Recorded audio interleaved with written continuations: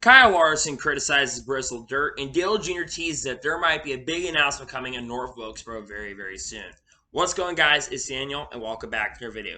We got a ton of NASCAR and other motorsports stories discussed here today on the channel. Let's go and just jump straight into those really quickly. We're going to start our paint schemes and sponsorship news first. So let's jump into those really quickly. The first paint scheme we're taking a look at is Brad Keselowski's 2022 Castrol White scheme that we're going to see next weekend at Talladega. This is the first time I believe that Castrol is sponsoring Brad Keselowski this season, and I think this paint scheme is absolutely incredible. A number, of course, where it's at for this year. Not a bad position for it, by the way, and I think this paint scheme looks really solid, and I think it's really cool to see that they are having a Castrol White scheme on the car for this weekend.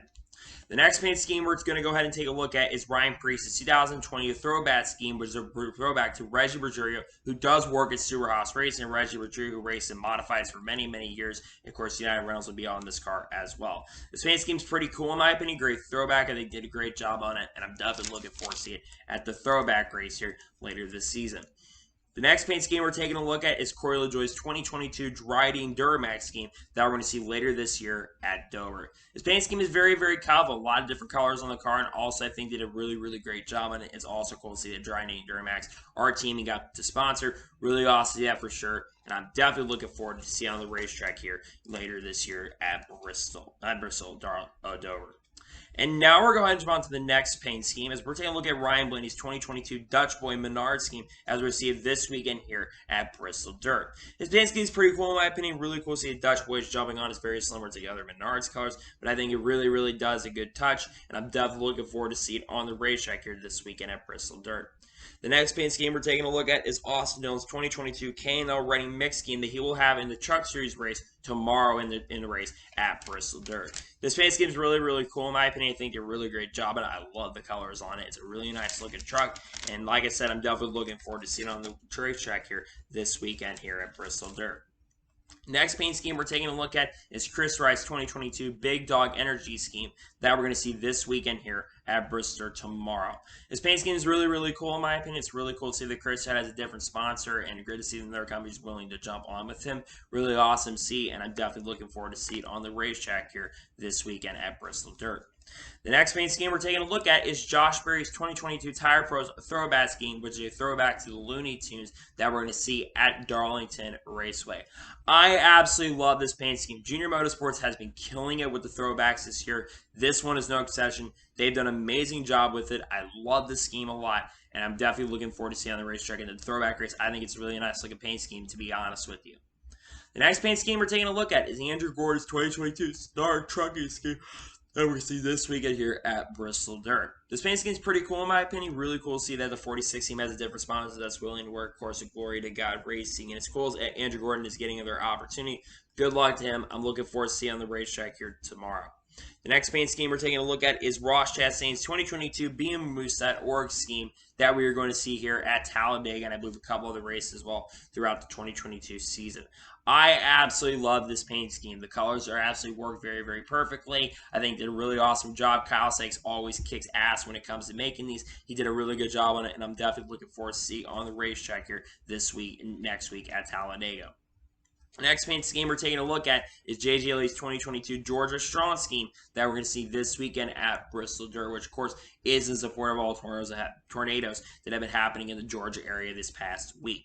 Really awesome looking paint scheme. It's great that they are supporting a really awesome cause. I'm definitely looking forward to see this paint scheme, and great to see that they are supporting a really good cause.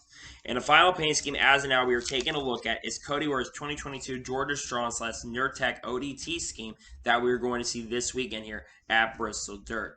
This paint scheme actually looks really awesome in my opinion. The only difference, of course, they have Georgia Strong in the front of the car, but I think it's really cool that Ricker Racing is partnering up with Georgia Strong to really help those communities. I think it's really awesome looking, really cool, and I'm definitely looking forward to see this paint scheme out on the racetrack this weekend at Bristol Dirt.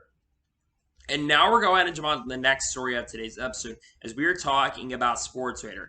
As NASCAR announced yesterday that NASCAR has renewed its deal with SportsRadar. It does education programs to look for fraud associated with gambling and will continue to partner up with NASCAR in regards to that. As gambling has become more prominent in NASCAR over the last couple of years, and gambling has become a little more legal here in the United States, not just inside casinos, but in sporting bets as well. gambling's become more very popular. What you end up having a lot of times is you end up having a ton of fraud. So this program that they're having, once again, I think is a major step in the right direction. It's really it's really awesome. They're continuing to renew in their partnership with the company. Really awesome. Glad to see that NASCAR has renewed the partnership with SportsRadar. To be honest with you, I think it's a really cool thing that they've been able to do that.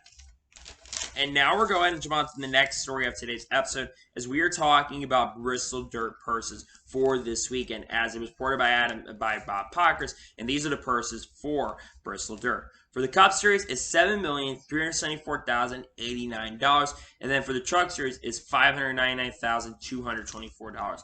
Now, of course, a ton of people on Twitter thought, "Oh my God, trucks don't get as much as Cup." It's like, wow, geez, it's a big shock that the biggest series in NASCAR has the most purses. Gee, who would have thought that? In all seriousness, so purses definitely have gone up in the Truck Series a little bit, and they definitely have gone up in the Cup Series just a little bit as well. So those are the Bristol Dirt purses, and with this being one of the biggest weekends of the year, it's not a major surprise that the Dirt purses have gone up. That's really awesome to see, and glad to see that the purse money has gone up for that. Really happy about that for sure. So glad to see that those purse monies have gone up.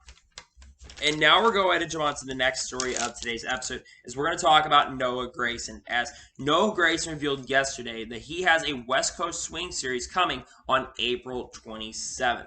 It's really cool to see that NASCAR drivers are uploading their own series, and it's really cool that he's doing a docu-series around the West Coast Swing. Of course, Noah Gragson did pick up victory in the West Coast Swing, but you're going to be able to see drivers' personalities as well, and you're probably not just going to see Noah Gragson in that, but you're probably also going to see other drivers like his junior motorsports teammates, and probably even drivers that he talks to, they're going to be part of that series as well. I think it's really important for series like this to come out, because I think it really can show what drivers do behind the scenes.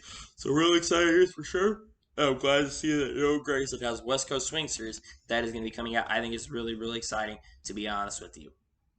And now we're going to go ahead and jump on to the next story of today's episode, as we're going to talk about some crew chiefs for this weekend here at Bristol Dirt. So for Norm Benning this weekend, he is going to have Mark Tauber. I'm not sure how much crew chief experience Mark Tauber has, but again, it's very awesome when Norm Benning is coming back this weekend. Of course, Norm Benning making his first start of the 2022 season, and it's a perfect race for him to come back, because Norm Benning is a really good dirt racer, so he'll probably be a contender to make it into the show. Now for Jessica Friesen, she of course is going to have Trip Bruce III. Now Trip Bruce is of course is one of the guys, team principals, currently running the operation at Stuart Haas Racing. Has been Stuart Friesen Racing, Stuart Friesen organization, Homer Friesen. So it's really cool to see that he's coming out there and working with Jessica Friesen, helping her out and trying to get her into the event. Really exciting to see that for sure, and I'm glad to see that Jessica Friesen is going to have Trip Bruce here this weekend at Bristol Dirt. And now we're going to jump on to the next story of today's episode, as we're going to talk about the Bristol Dirt attendance. As it was reported yesterday by Adam Stern that the crowd at Bristol Dirt this Sunday is tracking to be the best for a spring NASCAR Cup race at the venue in several races, going by ticket sales per source familiar. This should not surprise anybody, because this event has gotten a lot of traction, and one of the big reasons why they have gone ahead and brought the spring race to be a dirt race. Now, do not get me wrong, I'm a big fan of having two concrete races, but at the same token, at the same time, you go back to 2019 when it was a concrete race in the spring, there was not a lot of people there. They had to close off turn 1 and turn 3, and only I think 25 or 30,000 people showed up, and it wasn't even really filled up, even with them closing up certain sections at the racetrack. So it's not a surprise there. But I think it's really awesome that Bristol Dirt attendance is absolutely growing, and this really is the big reason why they've gone ahead and done something like this, where they basically had a Bristol Dirt race. I know a lot of people are not big fans of it, and like I said, I'd rather have two races there. But at the same token, at the same time, but especially when you do go ahead and have an event like this, is going to have more people that are going to want to show up. So really great to see that for sure, and I'm glad to see that attendance for Bristol is really up there. It's unclear how much it's going to be up from last year. We're probably going to see 60,000, 65,000 people, or probably even more show up to it. So wait and see what happens. But if you're going to Bristol, hope you enjoy your opportunity to go to that race. And now we're going to go ahead and jump on to the next story of today's episode, as we're going to talk about Windshield Ducts. As it was reported by Bob Pockers that for Bristol, teams will be allowed to cover windshield ducts if they want. On radiator exit locations on the hood, teams will be allowed to cover those. Any covering must be flush or below the hood surface. Now, one of the reasons that they're doing this is to try to prevent mud and basically the windshield coverings to be basically blocked up. That's why they're allowing the windshield ducts to be covered if they don't want the windshield to be really, really screwed up, especially if it becomes a muddy situation. If we do end up potentially racing going forward, and especially if it does rain like a potentially good tomorrow, they're trying to have the windshield ducts ready to go. So the dirt also does not get into the radiators and screw that up as well. Because remember, it's a dirt race, so you don't want dirt getting into the radiators of these cars. Overall, in my opinion, I think this is a really, really great decision to have it at least on the windshield. Because again, I do have my opinions on the windshield being on the cars, and we'll get into the Kyle Larson segment of this video. But I will say that it is cool that NASCAR is allowing windshield ducts to be covered up. I think that's absolutely really, really important for them to do that, and I'm really happy to see that NASCAR is looking into covering those windshields up. I think that's really, really important. Glad to see that NASCAR is allowing the windshields to be covered up. There has to be holes, of course, inside of them. But again, the drivers, the teams do not want the windshields to be really, really screwed up. So and the radiators to be screwed up as well. So a really good decision, in my honest opinion. And now we're going ahead and jump on to the next story of today's episode, as we're going to talk about Banda MS. As Banda MS is going to be performing a post-race concert after the All-Stars. Banda MS, I'm not really sure about the band. I think they're like a Mexican, like Chicano rock band or something like that. I'm really not entirely sure. But it is cool to see they're kind of getting more of a local band to go out there, a band that's international stuff, and bring international presence into the sport as well. I think that's a really, really good thing that they're doing right there. And on top of that, it's really cool they're kind of going outside of the box as well with a different type of band. I think that's one thing that's the All-Stars has been generally missing, is kind of going outside the box, because they haven't really been able to do that too much recently. So I'm very happy to see the Banda MS is coming in and doing that. Really exciting for sure. And like I said, I'm very glad to see that they have gone ahead and gotten Banda MS to perform the post-race concert at Texas for the All-Star race. Now we're going ahead and jump on to the next story of today's episode, as we are going to talk about mud flaps. As it was reported by Bob Pockers, the mud flaps, as expected, are going to be required for Bristol Dirt this weekend. This should not surprise anybody. It's been expected that this was going to happen for Bristol Dirt this weekend, and mud flaps are going to be on the bottoms of the cars. What mud flaps are hopefully going to be able to do is basically cause none of the mud to really go up into the windshields of these cars, and they should be able to prevent these issues where mud gets onto these cars or dirt gets into the cars and prevents clogging up the windshield stuff, which is why when we talk about the windshield ducts, they decided to include mud flaps in that as well. I think this is a really, really great decision, and they've been making some really good decisions around Bristol Dirt this year. I think adding mud flaps is one thing that's absolutely one thing that really needed to happen to fix this issue. And also, I do think them running the race at night should not be as big of a major problem. And it's one thing we're going to watch, because, again, like I said, we've talked about a little bit ago, weather could be a major, major factor tomorrow. And maybe if the mud flaps do come up, they maybe can be able to race if they can get the track dried enough so the mud does not get caked up onto the windshields. Again, that's one thing we're going to have to watch, again, is the weather for tomorrow. But if mud flaps are absolutely required for this weekend, and I think it's a great decision that they decided to go ahead and have mud flaps on these cars, to be honest with you. And now we'll go ahead and jump on to the next story of today's episode, as we're going to talk about F1 and Andretti. Now, it was reported yesterday by Adam Stern that at least 4 groups want to enter F1 as a new 11th team. One of them is Andretti, by the way, but for the moment, no one has convinced the F1 and the FIA to start a bidding process. This looks to me like that the Andretti F1 team is right now not getting given the go to go ahead and enter Formula 1. If you've been following the story around Andretti Formula 1 currently at the moment, they're trying to get into Formula 1 to have a partnership ready to go. Or no, they've got everything ready to go, and they want to join Formula 1. One thing that Formula 1 has been genuinely missing is an American-based team, and with Andretti looking to go over to Formula 1 right now, they would have that American-based team. And I think if F1 was looking to be smart enough to actually do something and grow their sport a lot more, I think adding an American F1 team would make so much sense, especially with the growth of Formula 1 right now. And yes, why not let an American team in? You don't have to let those other teams in, but I think it would be very, very important, especially for the growth of your sport. I think they make a ton of sense to add it. Now, I'm very intrigued also to see what other teams are looking to get into Formula 1, but I feel like Formula 1 is being a little bit selfish by keeping the 10, and it seems like they're really trying to coop to the big teams, but you don't need to coop to the big teams. You legitimately can go for some of the smaller teams and let Andretti in. It's not like Andretti's going to hurt the integrity of sport. It's a freaking Andretti family. By the way, the guy who's helping to get the team over there is a Formula 1 champion. So why not do it? Plus, you get American talent over there, but for whatever reason, F1 for some reason does not like American talent. I don't understand it. So I really hope that this is not the end of the deal for F1. I think it'd be really, really unfortunate. It is. We'll have to wait and see what happens for Andretti's program, but it looks like maybe that it could be done for now. I really hope it's not. I think it'd be really, really unfortunate saga if this was the end of that. And now we're going to go ahead and jump on to the next story of today's episode, as we are now going to talk about motorsports games. Yes, ladies and gentlemen, if you've been following the saga of motorsports games, you've probably heard some interesting rumors behind the scenes in regards to that. So it was reported by a guy named Mike Straw yesterday that he says that multiple sources have told me that NASCAR is actively looking to get out of its agreement with motorsports games and move the NASCAR game license to a different developer and publisher. Now, I've been following this story very, very recently and very, very closely, and there's been a lot of licensed groups that apparently are trying to get out of the motorsports games development. The BTCC, apparently, according to rumors that I've heard, they might have already dropped out of that, and now it looks like the NASCAR is actively trying to get out. And I think a massive reason, there's two major reasons for this. Number one, NASCAR is a massive partnership with iRacing, and iRacing is going over to Monster Games. And I think with iRacing getting out and helping the development of with Monster Games, I think it really could help games right there, and I think that's a big reason right there.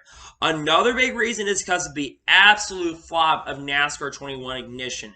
Probably one of the worst NASCAR games ever released, if not the worst NASCAR game ever released. They have never really improved that game. They basically said they worked on it for 2 years, but if you really worked on it for 2 years, you truly say, your game would be way better than what you put out. And the game was absolutely horrendous. So I'm saying this. Whoever, if these rumors do end up coming true, it seems like these rumors are true. It looks like that there is about to be some crazy stuff happening behind the scenes.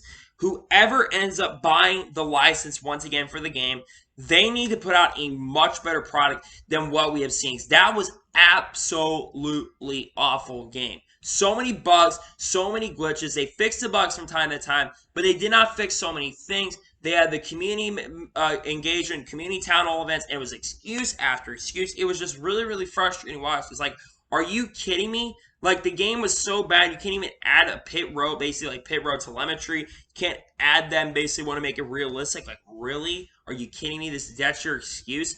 It's just like, whoever buys the company, whoever takes over the rights for NASCAR gaming, they need to take it seriously and need to do a much better job. And if Monster Games is the company that does take over, because they have iRacing development, I see more potential Monster Games taking it back now at this point. Or even Codemasters, but Codemasters, of course, is part of EA, so there's no way Codemasters is going to go with EA. So this stuff is absolutely scary and absolutely crazy for the future of gaming, because a lot of people have lost trust in motorsports games, and it seems like behind the scenes, it looks like there probably actually could end up being done, which is really, really unfortunate, to be honest with you, for them. But it's a benefit for a lot of us. I think a lot of people, in all seriousness, are sick and tired of the motorsports games franchise. And now we're going ahead and jump on to the next story of today's episode, as we are talking about Chandler Smith. As Chandler Smith is going to be making his official NASCAR Xfinity Series debut and is going to be making 3 starts in 2022 in the NASCAR Xfinity Series for the 26 car for Sam Hunt Racing. He'll make his debut next week at Talladega, followed by racing in Dover the next week after that, and then he'll race at Homestead near the end of the season. Chandler Smith, who of course currently drives in the Camp World Truck Series of Kyle Busch Motorsports, currently has 1 win in the Truck Series this season, and last year picked up 2 victories and has looked very, very strong to start this year in the Truck Series. I believe leads the points standings currently at the moment in the Camping World Truck Series, and a driver is absolutely a threat to win a championship. And I was wondering if he was at some point going to be making some NASCAR Xfinity Series starts. But I'm going to say this. I am absolutely insanely happy for Chandler Smith. This is a guy that I think has potential to not only win a Truck Series championship, but also win an Xfinity Series and potentially a Cup Series championship one day. I put him on the same status as John Hunter Nemechek. I think he's almost as good or not better than John Hunter Nemechek right now.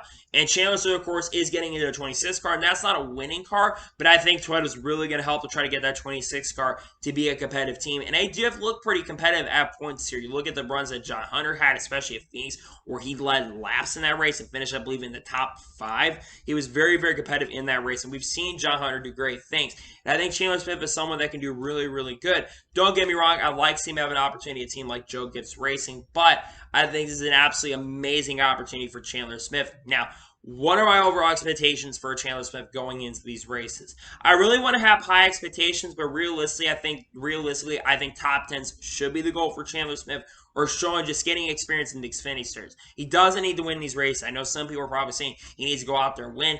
I completely disagree on that. I don't think he needs to go out there and win races, but I do believe that Chandler Smith definitely needs to do the best he can in these races, and it's really awesome he's getting another opportunity. And I think, again, this is the first time he's racing Xfinity. He's really had a lot of good stuff going for him. Of course, he's got, I think, a child coming on the way here really soon, among other things. So really great to see that Chandler Smith is getting an opportunity to race in Xfinity, and he will make Xfinity's debut here next weekend at Talladega. And now we're going to jump on to the first of three major stories of today's episode, as we're going to talk about Jeff Gordon in the 2023 24 Hours of Le Mans. Now, Jeff Gordon was on SiriusXM NASCAR Radio yesterday, and he was discussing about his possibility of racing the 2023 24 Hours of Le Mans. Now, he says on SiriusXM NASCAR Radio that he plans to do sim work and go play around in the Hendrick Camaro, but he isn't sure yet if he will drive in France next year. Jeff Gordon, of course, who basically is one of the higher-ups at Hendrick Motorsports, has been some talking rumors that Jeff Gordon could be one of the few drivers and candidates that could end up getting into that ride for 2023 next year. Of course, Hendrick has their own edition of car that they are running at the 24 Hours of Le Mans in the Garage 56 entry. No drivers have been confirmed. However, multiple drivers have been asked the opportunity. Right now, currently, the rumors circulating behind the scenes at this moment is Kyle Larson could have an opportunity, Chase Elliott could have an opportunity, and Jimmy Johnson, Jeff Gordon. Those are the four candidates we've heard could potentially be candidates for that ride. Now, for the GT class and stuff, only three of these people would be the option to go. So if I had to choose a team, I would go Jimmy Johnson, Jeff Gordon, and Kyle Larson. I think that'd be a great combination of drivers. However, I think that if Jeff Gordon's saying is, I think he really wants to go out there and run it, but he is a lot older of a driver. You got to think about this. Jeff Gordon is in his early 50s, and I'll be honest, Jeff Gordon does not look in the best of shape, so he's going to have to get in a lot of shape. If he's going to want to compete in this, he's going to have to get into really big shape, and he's gotten stock here over the last few years. But again, I really do want to see Jeff Gordon get an opportunity to race in this event. I think it would be absolutely incredible if Jeff Gordon was eligible and was able to run in the 24 Hours of Le Mans. I think having his name, one of the greatest NASCAR drivers of all time, 93 career victories, 3 Daytona 500s, 4 championships, winner of the 2017 Rolex 24. I think it would be great. Now, like I said, the other two choices, Jimmy Johnson. Jimmy Johnson, of course, could be full-time at IndyCar, competing for Hendrick Motorsports and the Cup Series throughout his whole entire career. 7 championships, 2 Daytona 500s, you name it, has won everything under the sun in NASCAR. And then Kyle Larson, of course, last year's champion, winner, of course, the Rolex 24 2015, also winner of many dirt races. I think that'd be a great combination. I know Chase Elliott's eligible, and of course, he's a past champion. So I think it'd be really cool if that would be the lineup. But I think it's amazing that Jeff Gordon has a very strong possibility of getting in racing in 24 Hours of Le Mans. We're going to have to follow the story over time, but there's a very big possibility that Jeff Gordon could race in the 24 Hours of Le Mans in 2023. We'll just have to wait and see what happens. So. And now we're going to jump on to the first of two major stories of today's episode, as we are talking about Dale Jr. As Dale Jr. was on the Ask Dale Jr. segment, he is teasing a potential North Wilkesboro announcement that is coming very soon. He says, y'all might want to keep your ears to the ground on some North Wilkesboro news that might be coming very soon. Now, Dale Jr. is teasing that. Of course, Dale Jr. hasn't around the North Wilkesboro saga for a very long time. But what is he really talking about? Well, there is a big announcement that is coming tomorrow at 3 p.m. Eastern. There's going to be an announcement around SMI. Now, there's 2 announcements that are coming, one around Canada, and the other one is coming around SMI. And who owns North Wilkesboro?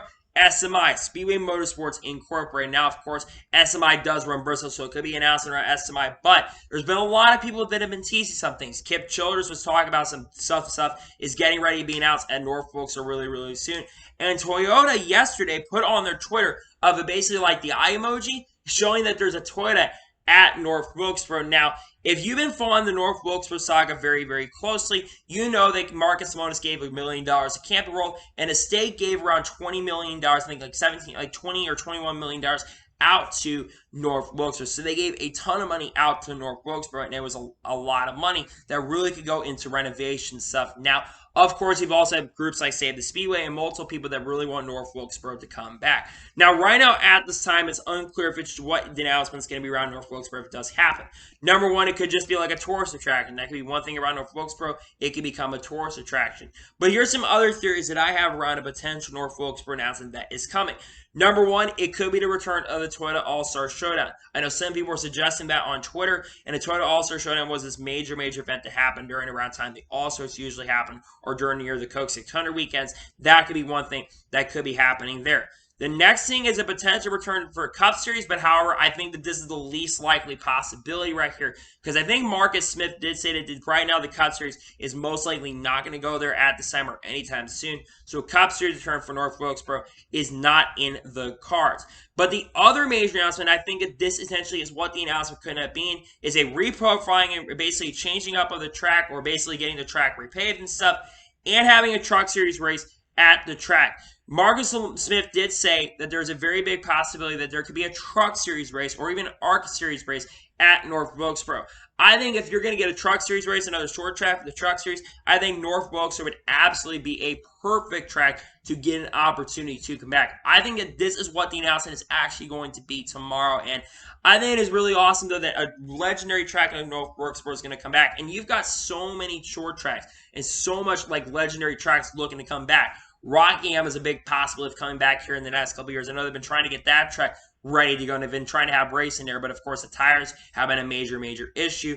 Then, of course, like I said, you have North Wilkesboro, and then National Fairgrounds now has a big possibility of returning as well.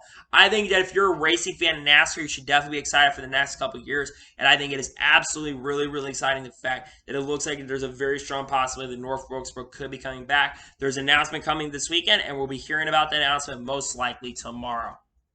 And now we're going to jump on to the final major story of today's episode, as we are talking about Kyle Larson. As Kyle Larson was on SiriusXM NASCAR radio here yesterday, I think on Wednesday evening, and he was not happy with the situation around Bristol Dirt. He went in on Bristol Dirt in criticism of the windshields on the car. He says, "Why are we not taking the windshields out?" And he says, Bristol, he said, during that interview, he said, if we're not going to take the windshields out, what's the point of racing at Bristol Dirt? He understands that there might be safety issues around that. Matt McCall came on SiriusXM NASCAR radio here last night talking also about his L2 penalty, but we're not going to get into that today, as we already kind of discussed about the L2 penalty, but we talked about that. And also Kyle Larson does bring up the safety there, but he also mentions and he also mentions here that he'd rather just not have Bristol Dirt and have two regular Bristol concrete days. Now, I 1000% understand and agree with them. We had a test last week at Bristol Dirt where they basically tested with a screen. He basically said, why are we not having a screen? And why are we having a windshield in front of the cars? I absolutely agree with them. Now, don't get me wrong. I think a windshield is definitely more safer than a screen on the car because late models and stuff, because this track is definitely way different than your traditional dirt dates. But I agree with them. Why did we wait till the last minute to test this? NASCAR should have been going back to the drawing board, and they should have been immediately figuring out exactly what they can do to mitigate the issues of the dirt. Because if you remember the race last year, there was a lot of dirt issues. There was a lot of dirt in the air, and it basically caused the ground pretty much. You could not basically see out there, and it became a massive hazard. Joe Logano kind of reiterated this could be less of an issue now, because again, it's a night race this year, which is why they moved it tonight. And of course, the mud flaps are coming into play to hopefully help that out as well. But at the same token, at the same time, I entirely agree with Kyle Larson, and Kyle Larson is absolutely right. I know some people were saying, well, Kyle Busch, why are we criticizing Kyle Busch and not criticizing Kyle Larson for his comments? Because Kyle Larson, number one, is one of the best dirt racers in the United States, ladies and gentlemen. And on top of that, Kyle Larson knows what's going to put on a good dirt race. And NASCAR should have been going to the guys that know what it's like to race on dirt and know what they're doing. And you would think that NASCAR would listen to the defending champion and a guy who's won every major dirt and prestigious dirt event out there. You would think that they would listen to Kyle Larson. But no, NASCAR for a reason sometimes has their heads up their butt, and they don't like to listen to drivers. And like I said, You would think that NASCAR would go out and listen to the defending champion to get this track ready to go. There's no cushion apparently at the track as well, which I think that's one thing that really could help the race, because apparently if you go up high, you can get some momentum. Now, we did see the test, and he said it looked pretty good, but we haven't had, again, a lot of cars on track, and we'll have to wait and see what happens in regards to that. But again, I think Kyle Larson is absolutely spot on here and is on point with this. I think NASCAR should have been talking to the teams, and they should have been getting this track in much better positions. So hopefully the racing is good this weekend. It's better than last year, and I do think it actually will play more for the dirt guys. I think also Kyle Larson feels he's got a lot of pressure this weekend. He feels like he's the best dirt guy, and I feel like he wants to go out there and win. He was really fast last year before getting involved in a wreck. He was behind Cristobal, and someone basically said that Cristobal is faster than Larson, which is not the case whatsoever. If you actually go back and watch the race, you'll see that Kyle Larson was faster than Cristobal. So we'll see what happens in regards to that, but it looks like, again, I understand Kyle Larson's frustration. So anyway, that's today's Law NASCAR and Motorsports video. I want to thank you guys for watching. Please subscribe to the channel, notification on to be notified when a video does go live on my channel. Follow me on Twitter, Facebook, and Instagram, and support me on page as well. Let's get you below over that and comment your thoughts on today's video. Do you think Kyle Larson's comments around Bristol Dirt are rightful or not? Let me know in the comments below. And what are your thoughts about the potential North Wilkesboro announcements, and are you excited about those announcements or not? Let me know in the comments below. Tomorrow on my channel, we're going to have a race view for the Truck Series race at Bristol Dirt, pending around the weather. And then Sunday, we're going to have a race view for Easter after the Cup Series race at Bristol Dirt. I'm definitely looking forward to that. So anyway, like I said, I want to thank you guys for watching today's video, and I'll see you guys next time for more great, awesome NASCAR and other motorsports content on the channel like this. Take care, everybody.